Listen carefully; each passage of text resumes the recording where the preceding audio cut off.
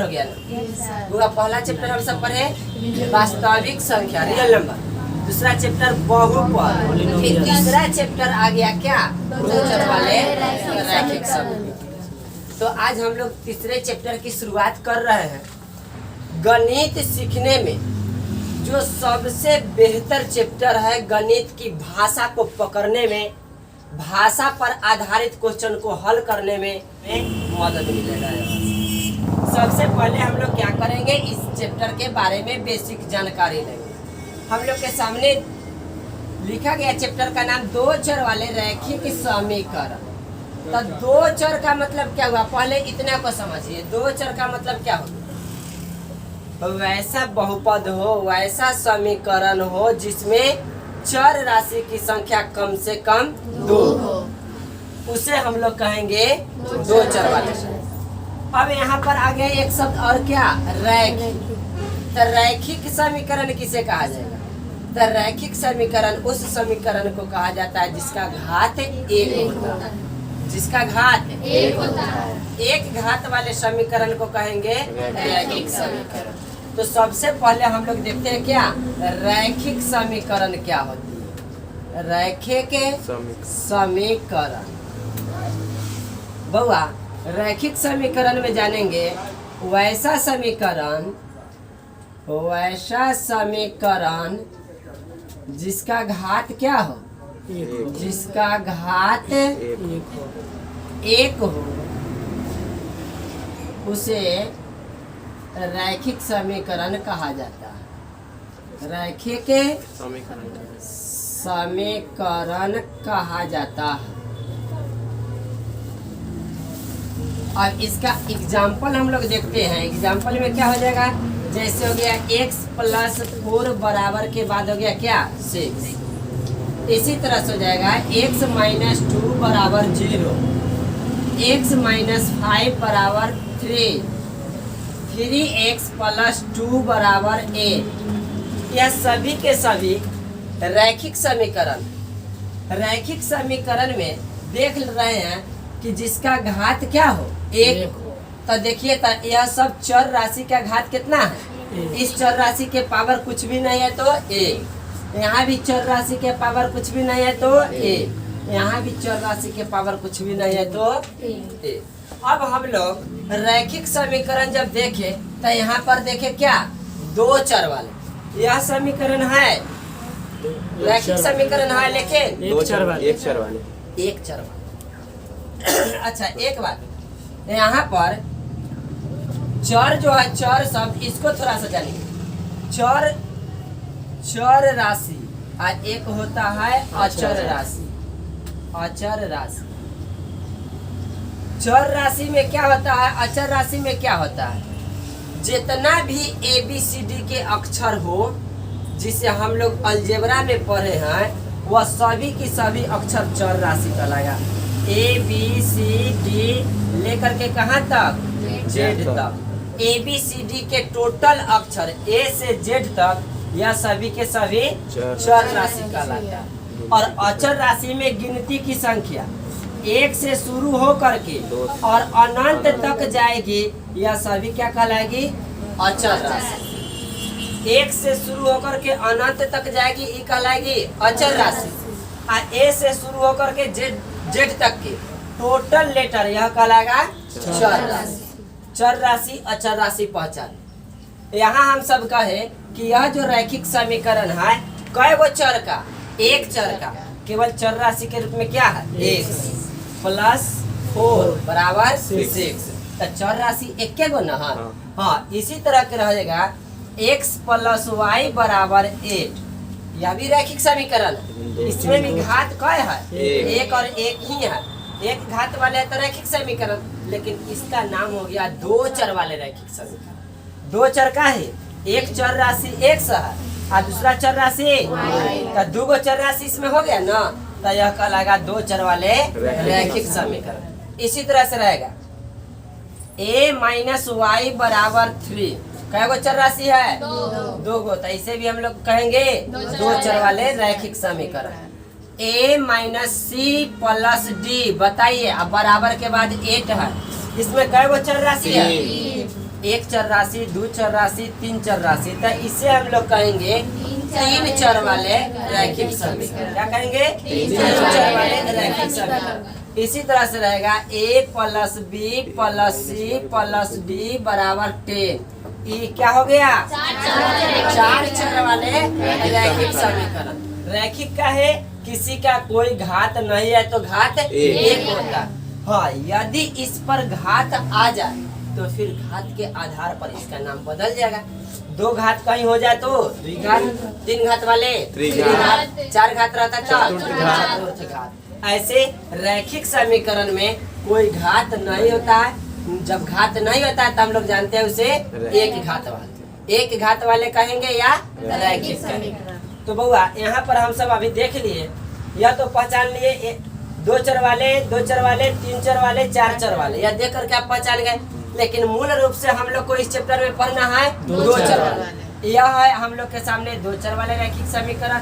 यह हो गया दो चर वाला रैखिक समीकरण। इसको पहचानने के लिए बता दिए कि तीन चार वाला कहलाएगा और तीन चर वाला कहलाएगा और या चार चर वाला कहलाएगा। अब दो चर वाले रैखिक समीकरण में हम लोग सबसे पहले रैखिक समीकरण की परिभाषा देख लिए। वैसा समीकरण जिसका घात एक हो तो उसे रैखिक समीकरण कहा जाएगा। अब एक चर वाले तो पढ़ना नहीं है, पढ़ना है दो चर वाले। तो दो चर वाले यहाँ देखिए। अब दो चर वाले रैखिक समीकरण किसे कहेंगे? दो चर वाले रैखिक समीकरण किसे कहेंगे? वैसा समीकरण जिसमें चर राशि की संख्या दो गो चर राशि और दोनों का घात एक हो तो उसे हम लोग कहेंगे दो चर वाले रैखिक समीकरण। अब इसे साफ ध्यान दो। जब रैखिक समीकरण में आए तो पहले तो बेसिक छोटी छोटी बातें देख लिए हम लोग। अब आपको कॉपी में नोट कैसे करना है उसके लिए खूब बढ़िया से बोर्ड पर लिखे हैं। यहाँ से आप लिखेंगे, सबसे पहले लिखेंगे क्या? रैखिक समीकरण क्या किसे कहते हैं, इसकी परिभाषा लिखा हुआ है और एग्जाम्पल लिखा हुआ है। वैसा समीकरण जिसके चर राशि का अधिकतम घात एक होता है उसे रैखिक समीकरण कहा जाता है। चर राशि बोले तो जैसे कि आपको यहाँ पर लिख दे 5x प्लस में 6y बराबर के बाद 10। यह एक समीकरण है रैखिक समीकरण। लेकिन इसमें क्या देख रहे हैं? यह है चर राशि x और ई वाला है y। और ई जो है 5 और 6 यह क्या है? अचर राशि। अचर राशि बदलते रहेगा, चर राशि नहीं बदलता। तो यहाँ पर चर राशि का घात देखना है कि अधिकतम घात क्या है? एक है। इसके ऊपर भी ऐसे देखने से नहीं पता चल रहा है तो क्या है? एक है। तो वैसा चर राशि वैसा समीकरण जिसके चर राशि का अधिकतम घात एक होता है उसे रैखिक समीकरण कहा जाता है। अभी एग्जाम्पल में लिखे हैं x प्लस 3 बराबर 6। बताइए इसमें चर राशि कौन है? x का घात देखिए तो क्या है? एक है। यहाँ दूसरा जो एग्जाम्पल है इसमें भी चर राशि क्या है? x। इसका घात क्या है? ऊपर एक है। और अगला एग्जाम्पल में चर राशि क्या है? a है। इसका घात क्या है? एक है। तो यह सब हो गया एक घात वाले। एक घात वाले समीकरण को ही कहा जाता है क्या? रैखिक समीकरण। अब एक घात वाले पढ़ लिए, रैखिक समीकरण देख लिए। तो अगला हम लोग के सामने क्या है? दो चर वाले। यहाँ जो देखे रैखिक समीकरण एक चर में था, इसमें चरों की संख्या एक थी। जैसे x है, a है, एक गो चर राशि है। लेकिन इसी तरह का रैखिक समीकरण जिसमें दो गो चर राशि हो जाएगा तो उसे हम लोग कहेंगे दो चर वाले रैखिक समीकरण। अगला बिंदु है दो चर वाले रैखिक समीकरण। देखिए जिस समीकरण में चर राशि की संख्या दो होती है, कितनी होती है? दो होती है तो उसे कहा जाएगा दो चर वाले रैखिक समीकरण। जैसे में x प्लस y, इसमें दो गो चर राशि हो गया ना, यह भी चर राशि और यह भी चर राशि है। दो चर राशि हो गया तो इसीलिए इसे कहा गया क्या? दो चर वाले रैखिक समीकरण। देखिए इसका घात भी कुछ नहीं है तो एक, इसका घात भी कुछ नहीं है तो एक। दोनों का घात क्या देख रहे हैं? एक। रैखिक हो गया। अच्छा, चर राशि की संख्या एगो x है, एगो y, दो गो चर राशि हो गया तो इसे कहा जाएगा दो चर वाले रैखिक समीकरण। अगला है 5x प्लस 2y बराबर 8। इसमें भी दो गो चर राशि है। माइनस है ना? हाँ, 5x और माइनस का 2y है, 5x माइनस 2y बराबर 8। तो चर राशि इसमें कै गो है, एगो x है एगो y है। अच्छा, न x का पावर कुछ है न y का पावर भी कुछ है, तो कोई पावर नहीं होता है। तो एक क्या कहलाएगा, या दो चर वाले रैखिक समीकरण। अब अगला बिंदु है दो चर वाले रैखिक समीकरण युग्म। युग्म का मतलब क्या होता है, युग्म का मतलब होता है जोड़ा। जब दो गो समीकरण एक साथ लिखा रहे तो उसे हम लोग कहेंगे समीकरण युग्म। जब दो समीकरण एक साथ लिखा रहता है तो उसे रैखिक समीकरण युग्म कहा जाता है। तो यहाँ पर एग्जाम्पल में है एक समीकरण x प्लस वाई बराबर 10 और दूसरा है x माइनस वाई बराबर 12। तो दो गो समीकरण हो गया। एक समीकरण पहला वाला को समीकरण 1 और दूसरे वाले को समीकरण 2 दर्शाया गया है। तो दो गो समीकरण एक साथ हो गया ना, तो यह कहलाएगा समीकरण युग्म। अब हम लोग देखते हैं एक और इम्पोर्टेंट बात है, क्या रैखिक दो चर वाले रैखिक समीकरण का व्यापक रूप। हम लोग क्या दो चर वाले रैखिक समीकरण का व्यापक रूप। व्यापक रूप में क्या होता है, देखिए ax plus by plus c बराबर 0। यहाँ पर क्या होता है बुआ, x का गुणक क्या है a, y का गुणक क्या है b, और यह लास्ट वाला जो अचर राशि है c। यह तीनों के तीनों a b c यह तीनों क्या है अचर राशि है। चर राशि इसमें दो ही को माना जाएगा, किसे x और y को, ये दोनों को माना जाएगा चर राशि। a b c को माना जाएगा अचर राशि। देखिए व्यापक रूप में बताए ax plus by plus c बराबर 0, जहाँ जहाँ a b तथा c अचर राशि है और x y चर राशि। मतलब कि a b c का मान बदलते रहेगा लेकिन x और y नहीं बदलेगा। जैसे देखिए बदल के बताते हैं, a के जगह पर हम लिख ले 3x प्लस b के जगह पर लिख दे 4y प्लस c के जगह पर लिख दे क्या 5 बराबर में 0। यह दो चर वाले रैखिक समीकरण है। इसमें कहा जाए बउआ कि a b c का मान बताइए, तो क्या बताएंगे, a का मान 3, b का मान 4, c का मान 5 बताएंगे। अच्छा दूसरा एग्जांपल देखिए, माइनस का 4x प्लस का 3y माइनस का 10 बराबर 0। अब बताइए इसमें a का मान क्या हो जाएगा, हाँ a का मान हो जाएगा -4, b का मान माइनस की प्लस और c का मान -10। a b c भी बताने आ गया। व्यापक रूप में देख रहे हैं कि सभी का सभी साइन क्या है प्लस में, लेकिन यदि समीकरण में कहीं माइनस आ जाएगा तब हम लोग c का मान क्या बताएंगे -10।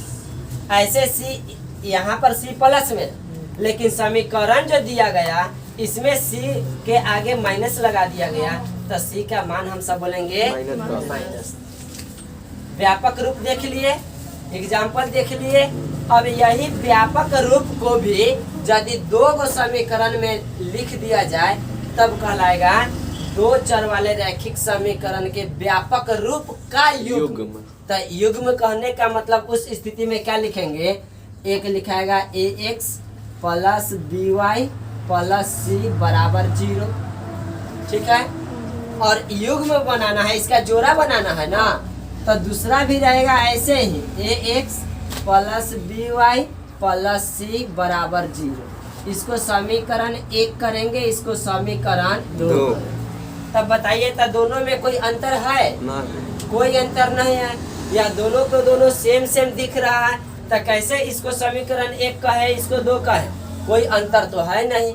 तब क्या करेंगे, इसमें थोड़ा सा अंतर बनाएंगे। कैसे, यहाँ पर a1 b1 c1 और इसको कर देंगे a2 b2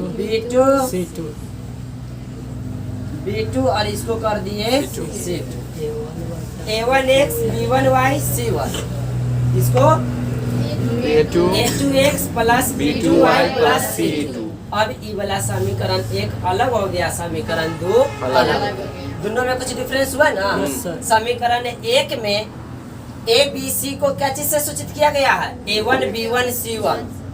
और समीकरण दो में A2 B2 C2। समीकरण एक के लिए A1 B1 C1, समीकरण दो के लिए A2 B2 C2। अच्छा, चर राशि सब में सेम है, इसमें भी x है, इसमें भी x है, इसमें भी y है, इसमें भी y है। चर राशि नहीं बदलता, कौन बदलता है, अचर राशि। तो A1 का मान दूसरा हो सकता है, A2 का मान भी दूसरा हो सकता है। A1 का मान कहीं 3 होगा तो कहीं A2 का मान 5 हो जाएगा। ऐसा नहीं कि जो यहाँ रहेगा वहीं यहाँ रहेगा, ये कोई जरूरी नहीं। तो हम लोग देख लिए दो चर वाले रैखिक समीकरण का व्यापक रूप का योग। अब यहाँ से हम लोग आगे बढ़ते हैं, तो अब पढ़ना है रैखिक समीकरण के प्रकार। दो चर वाले रैखिक समीकरण के प्रकार। तो प्रकार में हम लोग देखते हैं क्या, दो चर वाले रैखिक समीकरण के प्रकार। कितने प्रकार के होते हैं दो चर वाले रैखिक समीकरण? कितने प्रकार के होते हैं, कोई आदमी को याद है? नहीं। रैखिक समीकरण 3 प्रकार के होता है। कितने प्रकार के? 3 प्रकार। कौन कौन से? सबसे पहला संगत समीकरण, संगत समीकरण। और दूसरा हो जाएगा असंगत समीकरण, असंगत समीकरण। और तीसरा होता है आश्रित समीकरण। क्या कहा जाता है? आश्रित समीकरण। संगत के अविरोध, असंगत के विरोध। देखिए, संगत समीकरण, असंगत समीकरण, आश्रित समीकरण। दो चर वाले रैखिक समीकरण कितने प्रकार के होते हैं? 3 प्रकार के। कौन कौन से? संगत समीकरण, असंगत समीकरण, आश्रित समीकरण। अच्छा, इसका दो नाम है। संगत समीकरण चाहे इसी को कहा जाएगा अविरोधी समीकरण, अविरोधी। असंगत है ना, इसको कहा जाएगा विरोधी। इसको क्या कहा जाएगा? विरोधी समीकरण। देखिए, संगत, असंगत, आश्रित। इधर में नाम देखिए, संगत, असंगत। यहाँ है अविरोधी, विरोधी। कैसे याद रखेंगे? कभी कभी आप लोग कंफ्यूज करेंगे। अच्छा, इस संगत है, ये असंगत है। संगत के आगे अ लग गया। यहाँ विरोधी है, यहाँ अविरोधी है, विरोधी के आगे अ लग गया। तो आपके माइंड में ऐसा आ जाएगा ना कि ये संगत है तो ये विरोधी होना चाहिए, ये असंगत है तो अविरोधी होना चाहिए। ऐसा नहीं है, उल्टा है। संगत वाला को कहा जाएगा अविरोधी, असंगत वाला को कहा जाएगा विरोधी। इसका एक के गो नाम है आश्रित। तो रैखिक समीकरण कितने प्रकार के? 3 प्रकार। कौन कौन से? संगत, असंगत, आश्रित। अच्छा, संगत या अविरोधी, संगत या अविरोधी, असंगत या विरोधी, और आश्रित। जब आपसे पूछा जाए रैखिक समीकरण कितने प्रकार के और कौन कौन से, तो बताइएगा रैखिक समीकरण 3 प्रकार के। संगत समीकरण या अविरोधी समीकरण, असंगत समीकरण या विरोधी समीकरण, और तीसरे नंबर में आश्रित समीकरण। अब इन तीनों समीकरण की क्या देखना है हम लोग को? पहचान। कैसे कोई समीकरण को देखते जान जाएंगे कि संगत है कि असंगत है कि आश्रित है, यह पहचान जानना जरूरी है। तीनों समीकरण की पहचान जानना, सबसे पहले संगत, उसके बाद असंगत और उसके बाद आश्रित के। तो इसको नोट करिए, फिर पहचान बताते हैं। संगत समीकरण की पहचान, असंगत समीकरण की पहचान और आश्रित समीकरण की पहचान। 3 समीकरण अभी हम सब देखे कि समीकरण 3 प्रकार के हुआ। अब तीनों की पहचान क्या होगी? तो तो सबसे पहले अभी युग में देखे थे हम लोग a1 x plus b1 y plus c1 और दूसरा देखे क्या a2 x plus b2 y plus c2 बराबर 0। अब यहीं से हम लोग ना समीकरण की पहचान कर लेंगे कि कौन सा समीकरण संगत होगा, कौन असंगत होगा और कौन आश्रित होगा। पहचान का तरीका क्या बताया गया? सबसे पहला संगत समीकरण की पहचानने का तरीका कि a1 बटा a2 बराबर करके काटा हुआ है ना, बराबर नहीं होना चाहिए b1 बटा b2 के, तो समीकरण योग में संगत बोले तो अविरोधी होगा। कोई समीकरण संगत समीकरण होगा कब? पहचान क्या है? जब a1 बटा a2 बराबर नहीं होना चाहिए b1 बटा b2, तो समीकरण क्या कहलाएगा? संगत। अच्छा, एक बात और जान लेना कि संगत समीकरण के कितने हल होंगे? केवल एक हल होगा। संगत समीकरण के कितने हल होंगे? केवल एक हल। दो हल होगा क्या? नहीं। तो जो दो हल नहीं होगा तो उसे कहा जाएगा अद्वितीय। मतलब दो होता था द्वितीय, और दो हल नहीं होगा तो अद्वितीय। तो कभी कभी आपको लिखा हुआ मिलेगा कि संगत समीकरण के कितने हल होते हैं, तो ऐसे हम लोग जान लिए कि केवल एक हल। लेकिन आपको परीक्षा में यदि यह क्वेश्चन आ जाए तो ऑप्शन में केवल एक हल न लिखा हुआ रहेगा तो क्या लिखा हुआ रहेगा? अद्वितीय लिखा हुआ रहेगा। अद्वितीय मतलब दो गो नहीं, तो केवल एक। तो जैसा ऑप्शन हो अद्वितीय रहेगा तो अद्वितीय चुनेंगे, और केवल एक हल रहेगा तो केवल एक हल। आप याद कर लीजिए, संगत समीकरण के कितने हल? अद्वितीय हल। संगत समीकरण के कितने हल? अद्वितीय या केवल एक हल होता। क्वेश्चन ऐसे बनेगा कि कौन से समीकरण के केवल एक हल होगा? संगत समीकरण के। किस समीकरण का अद्वितीय हल होगा? संगत समीकरण। संगत समीकरण की पहचान क्या है? a1 बटा a2 बराबर नहीं होना चाहिए b1 बटा b2 के। जैसे कि और अच्छा से समझिए, देखिए हम लिखे 2x प्लस 3y बराबर में 5 है, और यहाँ लिख दे 4x प्लस 6y बराबर में 8 है। तो यहाँ से देखने से क्या पता चल रहा है? a1 का मान 2, a1 का मान यहाँ देखिए 2 और a2 का मान 4, a1 बटा a2, तो a2 का मान कर दिए 4, और उसके बाद b1 का मान 3 और b2 का मान कर दिए 6, b1 बटा b2। अब इस बीच में बराबर है कि बराबर नहीं है? बराबर नहीं यह बात देखना, ये बराबर है कि नहीं है? बराबर है कि नहीं है? बता सा ये दोनों बराबर करने है। के बाद हो जाएगा। दिखाई दे रहा है? हाँ, आँख से देखने से पता नहीं चल रहा है कि दोनों बराबर है। 2 बटा 4 3 बटा 6 बराबर कैसे है? कट बराबर ना है? तब ने बोले आप लोग की बराबर नहीं है। सरलता रूप ये बराबर है। अब कैसे है बराबर? देखो, इसको क्या करेंगे हम लोग? छोटा करेंगे। 2 दूना 4, 3 3 दूना 6, तो ये हो गया, पहला वाला भी हो गया 1/2, 1/2 और दूसरा वाला भी हो गया। 1/2। तो ये बराबर है कि नहीं है? हाँ। बराबर है ना? तो यहाँ पर शर्त बता रहा है कि a1 बटा a2 बराबर नहीं होना चाहिए b1 बटा b2 के, तभी समीकरण संगत होगा। और यदि दोनों बराबर हो जाए तो फिर वह संगत नहीं होगा। इस स्थिति में कहेंगे कि यह हो गया असंगत। क्या हो गया? असंगत। जब दोनों a1 बटा a2 बराबर b1 बटा b2 ऐसा हो जाए तो हम लोग कहेंगे समीकरण असंगत हो गया। असंगत समीकरण के ना कोई हल नहीं होता है, याद कर लीजिए। असंगत समीकरण का कोई हल नहीं होगा। संगत समीकरण का केवल एक हल होगा। असंगत समीकरण के कोई हल नहीं होगा। तो इसका एग्जाम्पल क्या होना चाहिए? इसका एग्जाम्पल होना चाहिए 2x प्लस 3y बराबर 5 है। यहाँ पर कर देते हैं 3x प्लस का 5y अब बराबर का 8। अब ये बराबर नहीं होगा। देखिए a1 बटा a2 करेंगे तो क्या लिखेंगे? 2 बटा 3।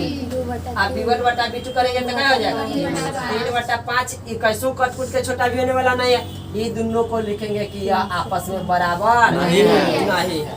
जब इस तरह के समीकरण आपके सामने रहेगा तो आप कहेंगे क्या कि यह समीकरण संगत है। बोले तो अविरोधी है। और इसका कै गो हल होगा? केवल एक हल। क्लियर है? अब दूसरा देखिए, असंगत समीकरण की पहचान। यदि a1 बटा a2 बराबर हो जाएगा b1 बटा b2 के, अब बराबर नहीं होगा c1 बटा c2 के, ये दोनों बराबर हो जाए और तीसरा वाला c1 बटा c2 जो रहेगा वह बराबर हो चाहे बराबर नहीं हो, ये 5 बटा 7 है, ये 1 बटा 2, ये 1 बटा 2 है, ये 5 बटा 7, तो ये दोनों बराबर है या ये बराबर नहीं है, तो इस स्थिति में कहलाएगा समीकरण क्या? असंगत। समीकरण कहलाएगा असंगत या विरोधी। और इसका कोई हल होगा? कोई हल नहीं। असंगत समीकरण के कोई हल नहीं। और तीसरा देखिए क्या? आश्रित समीकरण। तो आश्रित समीकरण की पहचान क्या है? यदि a1 बटा a2 बराबर b1 बटा b2 बराबर c1 बटा c2, तो समीकरण युग्म आश्रित होगा और इसका अनगिनत हल। किस प्रकार के समीकरण का अनगिनत हल होगा? आश्रित समीकरण के। कोई समीकरण आश्रित समीकरण है कब? जब a1 बटा a2 बराबर होगा b1 बटा b2 बराबर होगा c1 बटा c2, तो उस स्थिति में कहेंगे समीकरण आश्रित है। और आश्रित समीकरण के अनगिनत हल होगा, अनेक हल होगा, अनंत हल होगा। अनगिनत कहिए, अनेक कहिए, अनंत चलेगा। तो हम लोग देखे दो चर वाले रैखिक समीकरण के प्रकार और 3 प्रकार के देख लिए और तीनों की क्या पहचान भी जान गए और हलों की संख्या भी देख ली। तो आज की क्लास को इतने रोकेंगे, फिर अगला क्लास कल।